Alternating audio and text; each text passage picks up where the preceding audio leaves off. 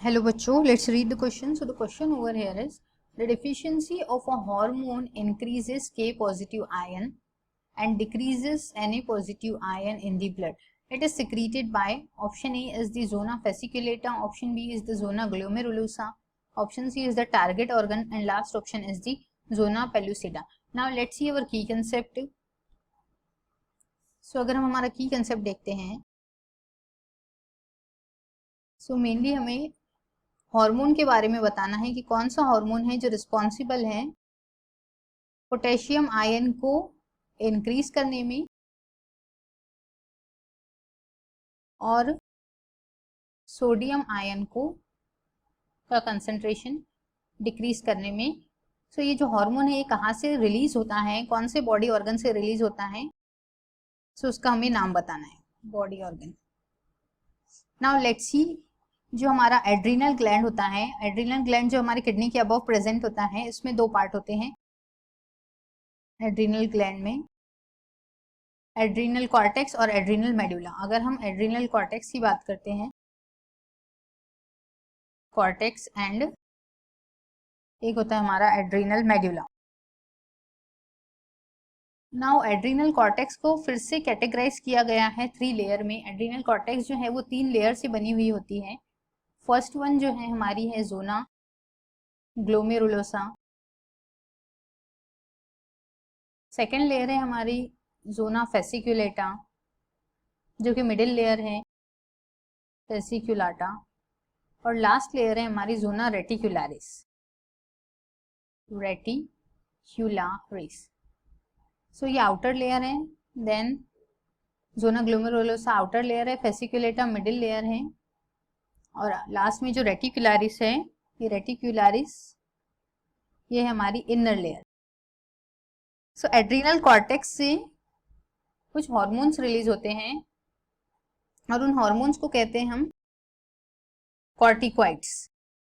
Hormones releases from adrenal cortex, तो उनको कहते हैं कॉर्टिकॉइड्स. नाउ ये जो कॉर्टिकॉइड्स है ये इन्वॉल्व करते हैं हमारे कार्बोहाइड्रेट मेटाबॉलिज्म में और वाटर और इलेक्ट्रोलाइट का बैलेंस मेंटेन करने में बॉडी में. सो अगर हम फर्स्ट कॉर्टिकॉइड्स की बात करते हैं जो ग्लूकोज का लेवल मेंटेन करके रखता है, तो उसको कहते हैं ग्लूकोकॉर्टिकॉइड्स.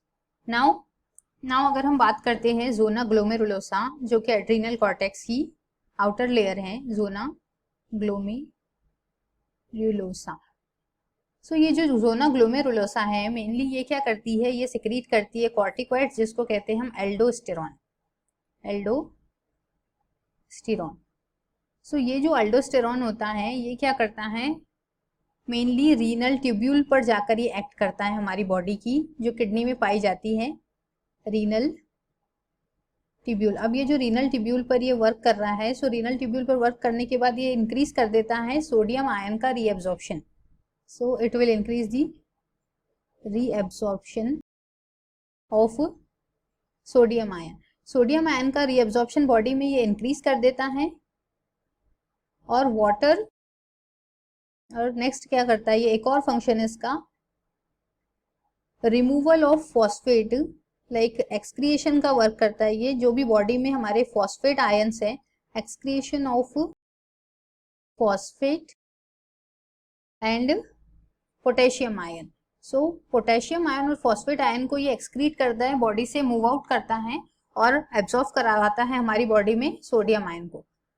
सो अगर हम देखते हैं हमारा जो क्वेश्चन है मेनली कि ऐसा कौन सा हार्मोन है जिसकी डिफिशियंसी से सोडियम आयन बॉडी में इंक्रीज होगा और पोटेशियम आयन बॉडी में इंक्रीज होता है. सो मेनली हमने देखा है कि ये क्या कर रहा है, पोटेशियम आयन को बॉडी से रिमूव कर रहा है. तो अगर एल्डोस्टेरॉन की बॉडी में कमी आती है तो बॉडी में जो है पोटेशियम आयन इंक्रीज हो जाएगा और इसका नेक्स्ट फंक्शन क्या है, ये रीएब्जॉर्ब करवा रहा है सोडियम आयन को. सो अगर बॉडी में सोडियम आयन रीएब्जॉर्ब नहीं होगा सो इसकी क्या आ जाएंगी डिफिशियंसी, इसका लेवल हो जाएगा डिक्रीज. सो जिसके वजह से जो सेकंड है हमारा decreases sodium ion in the blood.